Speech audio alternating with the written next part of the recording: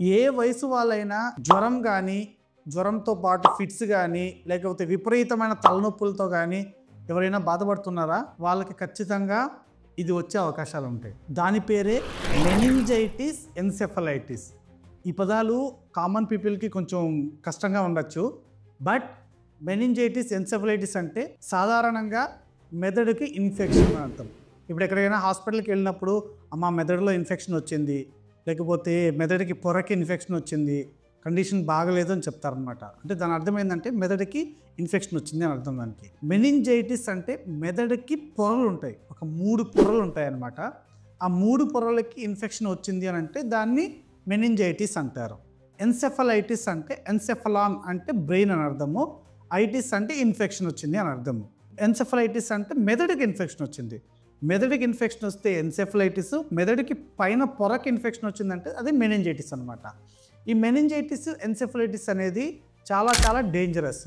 ఇది ఏ వయసులో వాళ్ళకైనా రావచ్చు. పుట్టిన పిల్లల దగ్గర నుంచి అడోలసెంట్ అంటే యంగ్ ఏజ్, యవ్వన దశలో ఉన్నప్పుడు, తర్వాత అడల్ట్ అంటే వయసులో ఉన్నప్పుడు, తర్వాత ముసలివాళ్ళు 50 years 60 years, ఏ వయసులో అయినా సరే ఈ మెదడు ఇన్ఫెక్షన్ కానీ మెదడుకి పొర అనేది ఇన్ఫెక్షన్ కానీ వస్తుందన్నమాట. ఈ మెనింజైటిస్ అనేది అంటే మనకి 3 పొరలు ఉన్నాయని చెప్పాను కదా. ఈ 3 పొరలు ఏంటి అని అంటే డ్యూరా మేటర్, అరాక్నాయిడ్ మేటర్, పయా మేటర్.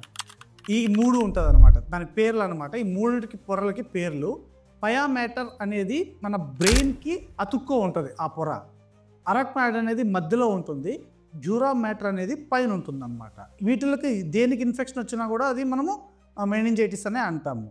అది ఏ రకమైనా కావచ్చు. అంటే మెనింజైటిస్ ఇన్ఫెక్షన్ కానీ ఎన్సెఫలైటిస్ ఇన్ఫెక్షన్ కానీ దేనివల్ల రావచ్చు అని అంటే బ్యాక్టీరియల్ ఇన్ఫెక్షన్లు కానీ, వైరస్ల వల్ల కానీ, ఫంగస్ వల్ల కానీ, ఈ క్యాన్సర్ వల్ల కూడా. అంటే అది క్యాన్సర్ అనేది మన ఇన్ఫెక్షన్ లాగానం కానీ ఇన్ఫిల్ట్రేషన్ అంటాం అనమాట. ఇన్ఫెక్షన్ ఇన్ఫిల్ట్రేషన్ అనేది అది మా టర్మ్స్లో కొంచెం డిఫరెంట్ కానీ ప్రజలకు మాత్రము అది సాధారణ టర్మ్ అనమాట. అది మెదడుకు కానీ మెదడు పొరకు కానీ అది ఒక డ్యామేజ్ చేసేది ఏదైనా ఉంది అని అంటే దాన్ని ఇన్ఫెక్షన్ కానీ ఇన్ఫిల్ట్రేషన్ కానీ అంటామన్నమాట. మెనింజైటిస్ సిమ్టమ్స్ ఎలా ఉంటుందంటే వీళ్ళకి విపరీతమైన తలనొప్పి వస్తుంది అనమాట, విపరీతమైన హెడేక్ వస్తుంది, లైట్ అనేది పడదనమాట, ఫోటోఫోబియా ఉంటుంది, ఊరికి చికాకు రావడం, ఇరిటబుల్గా ఉండడము, మెడ టైట్గా అయిపోవడము, ఒక్కొక్కసారి మన సొయ్యిలో లేకుండా ఉంటారనమాట. వాళ్ళు సివియర్గా ఉంటుందన్నమాట. వాళ్ళకి మెడ గట్టిగా పట్టేస్తుంది అనమాట, నెక్ స్టిఫ్నెస్ అంటారు దాన్ని. ఈ మెనింజైటిస్కి కారణం అన్నమాట. అదే ఇన్ఫెక్షన్ మెదడుకి పాకింది అనుకోండి, ఫర్ సపోజ్, దీన్ని మెనింగో ఎన్సెఫలైటిస్ అంటారు. మెనింగో ఎన్సెఫలైటిస్ అంటే రెండిటికి అనమాట, మెదడు పొరకి ఇన్ఫెక్షన్ వచ్చింది, మెదడుకి ఇన్ఫెక్షన్ వచ్చింది. Meningitis encephalitis, meningo encephalitis. మెదడు పొరకి ఇన్ఫెక్షన్ వచ్చింది, మెదడుకి ఇన్ఫెక్షన్ వచ్చింది, మెదడు పొర ప్లస్ మెదడుకి ఇన్ఫెక్షన్ రావడాన్ని మెనింగో ఎన్సెఫలైటిస్ అంటారు అనమాట. దీని సింప్టమ్స్ ఎలా ఉంటుంది అని అంటే ఒక సైడ్ బ్రెయిన్కి వచ్చిందా, 2 సైడ్లు బ్రెయిన్కి వచ్చిందా, మొత్తం బ్రెయిన్కి వచ్చిందా. ఒకవేళ మొత్తం బ్రెయిన్కి వచ్చింది అనుకోండి, ఫిట్స్ రావడం కానీ, సివియర్గా తలనొప్పి రావడం కానీ, ఒక కాలు ఒక చేయి పడిపోవడం కానీ, మాట్లాడలేకపోవడం కానీ, తర్వాత పిచ్చి పిచ్చిగా ప్రవర్తించడం కానీ, వాళ్ళ కన్ఫ్యూజన్ ఉంటుంది అనమాట. ఎవరితో మాట్లాడుతున్నారో, ఎట్లా మాట్లాడుతున్నారో కొంచెం పిచ్చి పిచ్చిగా మాట్లాడడం కానీ, కొంచెం సైకోసిస్గా బిహేవ్ చేస్తారనమాట. నాకు ఎవరెవరో కనబడుతున్నారు, ఎవరెవరో చేస్తున్నారు అన్నట్టు అజిటేటెడ్ బిహేవియర్ లాగా ఉండడం కానీ, ఒక సైకోటిక్ బిహేవియర్ లాగా చేయడం కానీ ఇలా ఉంటుందన్నమాట. అంటే ఈ ఎన్సెఫలైటిస్ వల్ల వాళ్ళకి స్ట్రోక్ అంటే పక్షవాతం కూడా వచ్చే అవకాశాలు ఉంటుందన్నమాట. మెదడుకి ఒకవేళ ఇన్ఫెక్షన్స్ లాంటివి ఏమైనా వస్తే కానీ ఖచ్చితంగా మనము ట్రీట్మెంట్ అనేది చేసుకోవాలి. ఒకవేళ ట్రీట్మెంట్ చేసుకోకపోతే దీని పర్యవసరం అనేది చాలా చాలా డేంజరస్ ఉంటుంది.